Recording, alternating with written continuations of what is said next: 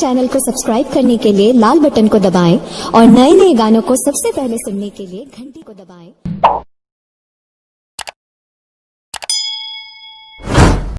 200 अरे 200 50 गो और निकाल बाबू। मने एगो झूठ बोले खाती 200 रुपया कम बका।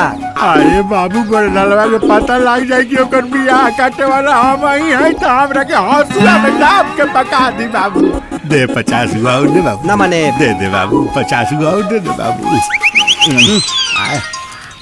ए 10 गो कम है बाटे।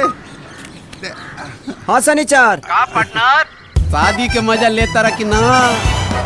ओहिंगा लुका छिपा के बाकी अपन ते बताओ।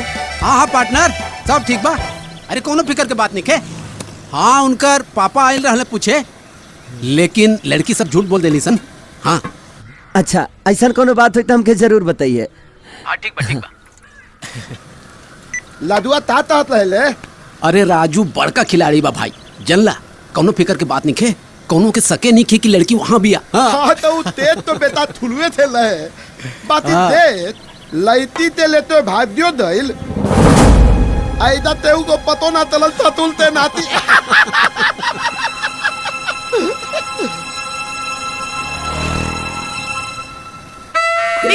पिंकी अरे कहाँ बाड़ू? ल एजा बाड़ी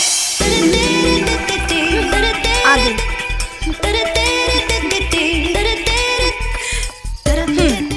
तू एजा बाड़ू? हाँ और बतावा का हाल चाल बा? बढ़िया बा। उस दिन तो खूब मजा आयल रहे ना शादी में। बहुत मजा आयल। का हो आज केने बिजली गिरावे के बा? तोहरा छोटका भैया पर आज तो उनकर ब्रह्मचारी न बच पाई। राम राम राम कैसे उल्टा सुल्टा बात करो तारू? का उल्टा पुल्टा बात करता नहीं। प्यार में सब जायज होला। और बतावा तोहर छोटका भैया कहाँ बाड़े हो पिंकी?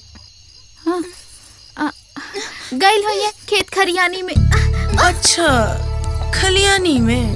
हाँ। तो आज तो खलियानी में इधर ही हुई। ओके बाय।